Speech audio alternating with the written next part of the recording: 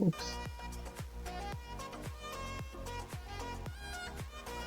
Bonjour à tous et bienvenue dans la suite de notre atelier consacré à Buddy, donc notre petit robot.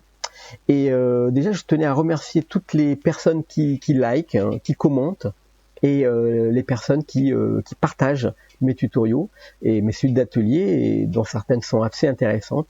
Et je voudrais dire que oui, c'est bien moi, Melting Man, que vous connaissiez peut-être, hein, pour ceux qui connaissaient, du Blender Clan, mais ça date, ça doit avoir 15-20 ans, je sais plus.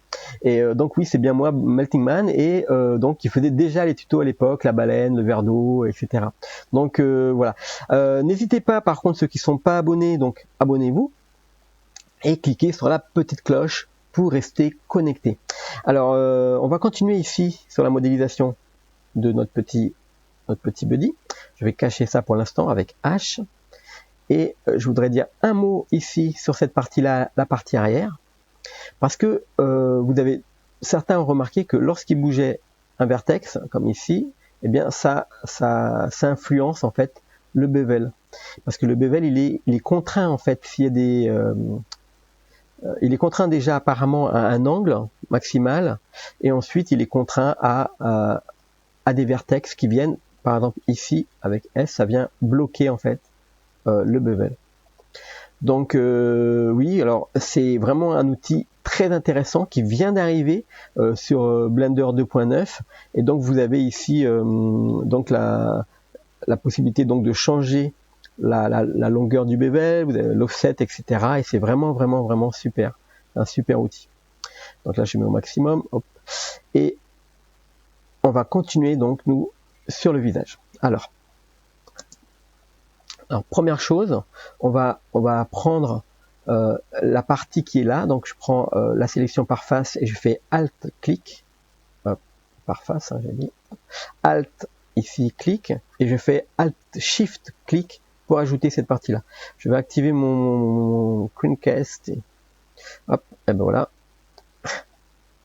Alt clic, Alt Shift, Alt clic, voilà, pour prendre cette partie-là. Et on va ajouter des matériaux. Alors, je fais CTRL I pour inverser, par exemple. Ça peut être très utile aussi d'apprendre ce petit raccourci.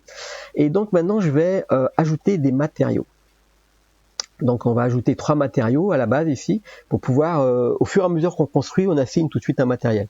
Donc là, je vais prendre par exemple celui-là, le matériel cuivre clair, et je vais l'appeler donc cuivre clair, et j'assigne. Ok, je fais CTRL I maintenant pour donc cette partie-là que j'avais sélectionnée avant. Je fais plus, je fais New matériel, et je vais l'appeler cuivre bleuté, et je vais l'assigner. Et on va faire un dernier matériel.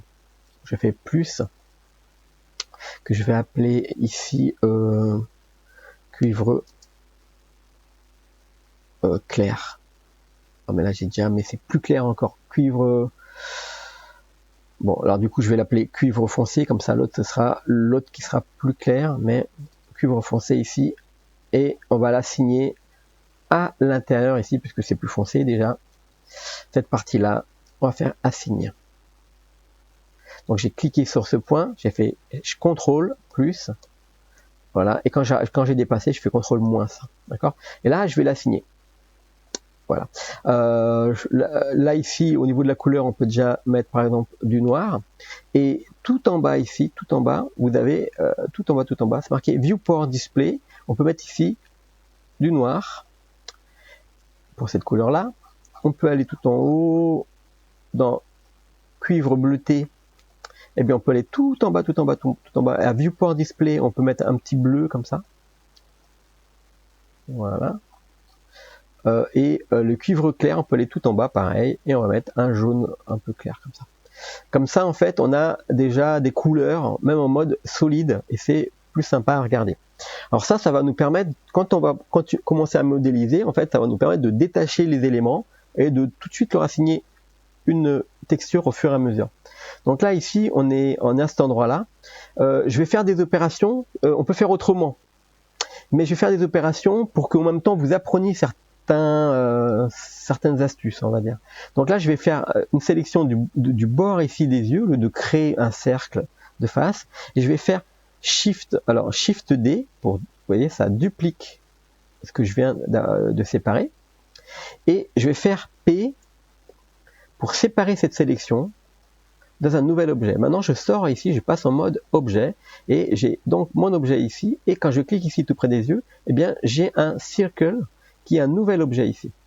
Donc, ici, je peux le renommer en double-clic tête, et ici, autour des yeux, ici, je vais la marquer contour des yeux. Voilà.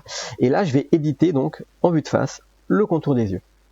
Donc, je prends tout, je fais une extrusion vers l'extérieur, à peu près comme ça. Alors, je peux prendre la référence. Ouais, la référence, elle est cachée ici. Vous voyez, l'AMTI. L'AMTI est caché. Donc, je peux activer l'AMTI. Ok. Donc maintenant, je viens de me rendre compte que vous n'avez pas vu cette opération. Alors, je fais X. J'ai effacé vertex. Alors, je clique Alt ici, le tour des yeux, et je fais une extrusion, et puis maintenant, je fais S. Comme ça, j'agrandis cette partie-là. Donc ça, voilà, c'est cette partie.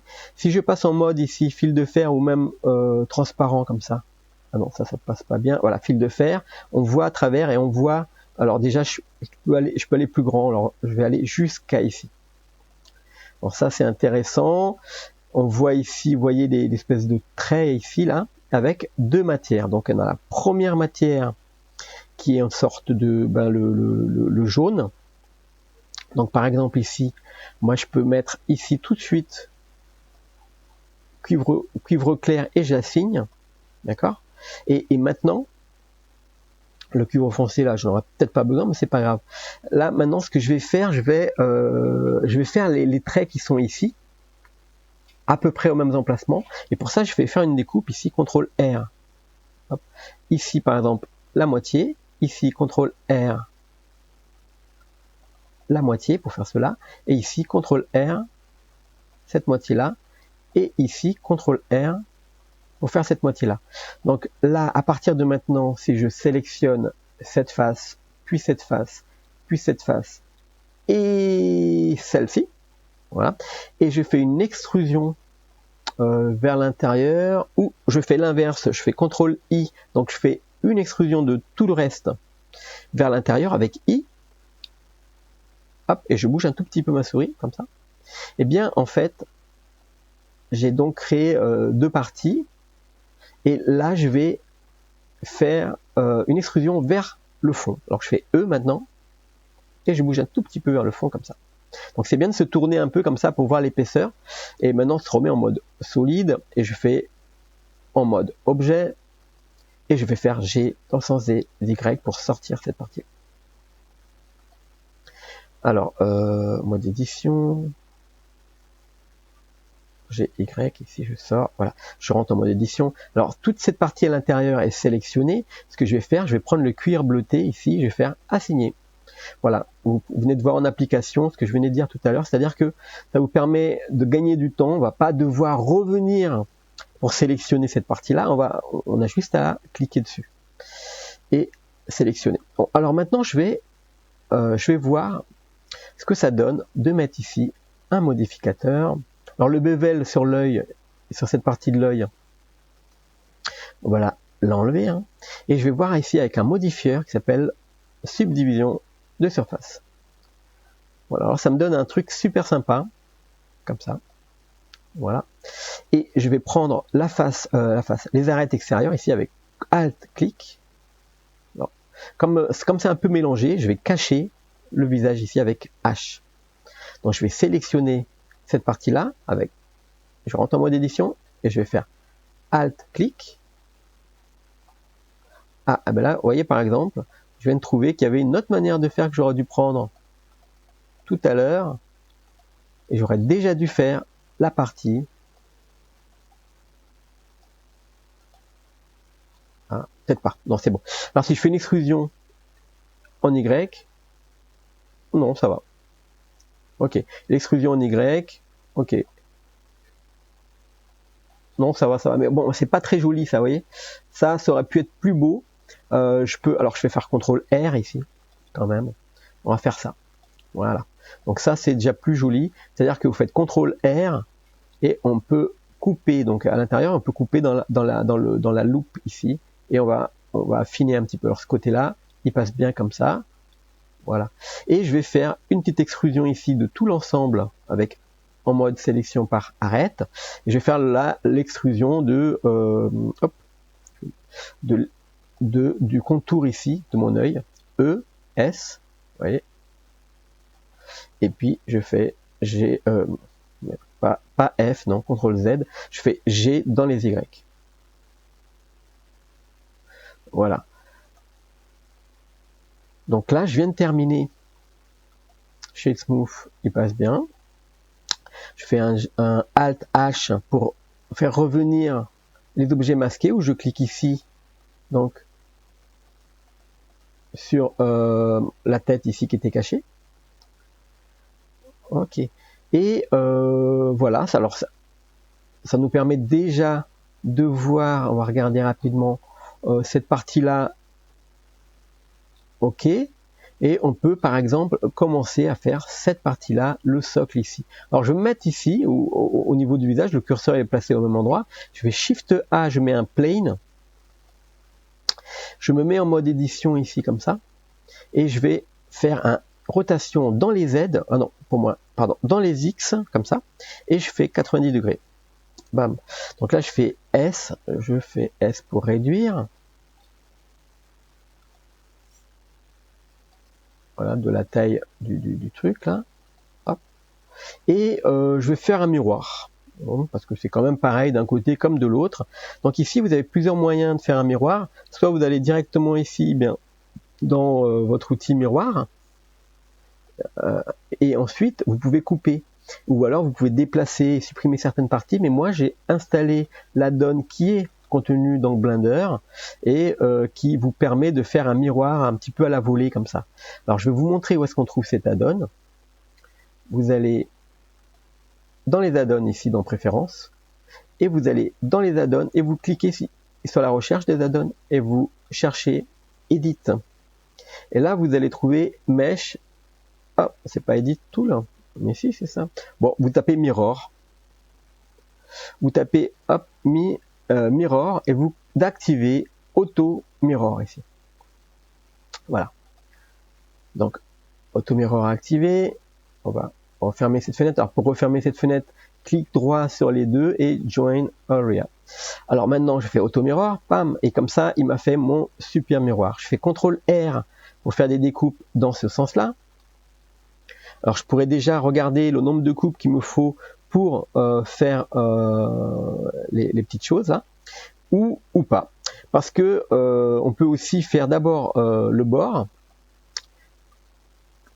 les formes en général, j'ai dans les X pour maintenir comme ça, et ensuite j'ai dans les X, on pourrait contrôle, alors sinon c'est 1, 2, 3, 4, 5, 6, 7, CTRL R.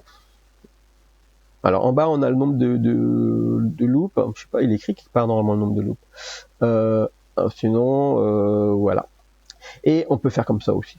Donc S dans le nombre de Z, comme ça on fait à la bonne hauteur. Et maintenant on va déplacer et après je ferai les bords. Comme je vous disais, en modélisation, il y a plusieurs manières de faire la même chose. C'est-à-dire que il faut chercher qu'est-ce que... c'est une question d'humeur aussi, hein. Qu'est-ce qui vous plaît le plus sur le moment de faire? Est-ce que c'est comme ci, comme ça? Alors là, je fais un S dans le sens des X, je fais 0, comme ça met bien droit. Et je fais G dans le sens des X pour bouger ici. Ensuite, je peux prendre ces deux-là, G dans le sens des X pour mettre ici. Et je peux prendre ces deux-là pour faire G dans le sens des X pour bouger ici. Vous voyez? Comme ça, on économise les vertex. Et maintenant, je vais placer cela bien joliment le long de ma face. GX, hop. Ok, maintenant je prends tout le bord. Hop, et ici avec Shift Alt Click et là aussi. Et là, je fais une extrusion E et je fais S pour agrandir. Alors, je regarde l'épaisseur ici, ça me plaît assez bien. Je fais G dans les X pour aller un petit peu vers l'extérieur, comme ça. Cette partie-là, par contre, du coup, je vais la réduire un petit peu. Donc, je fais G dans les X, comme ça. Voilà. Et une petite rotation mini, comme ça. Voilà, pour faire l'arrondi. Ok, alors maintenant, je vais sélectionner cette face. Et je fais Alt-clic ici pour sélectionner le contour. Voilà. Et je peux revenir en mode solide, et je fais une extrusion comme ça, E, vers l'extérieur. Alors faut pas vous inquiéter, en fait là c'est parce qu'il y a des superpositions de faces, ça fait un truc bizarre. Si maintenant je rentre en mode objet et je fais un G dans les Y comme ça, je sors un petit peu, hein. Vous voyez, tac, et voilà, ça arrange le truc. Donc voilà, et maintenant je vais revenir ici, je me remets en mode fil de fer, je fais un petit peu trop grand. Donc, ce que je vais faire un G dans les X comme ça. Avec CTRL+, j'agrandis ma sélection. G dans les X pour, voilà, un petit peu comme ça. Ok, alors je fais la même chose ici. Je me mets en mode solide et je fais une petite extrusion.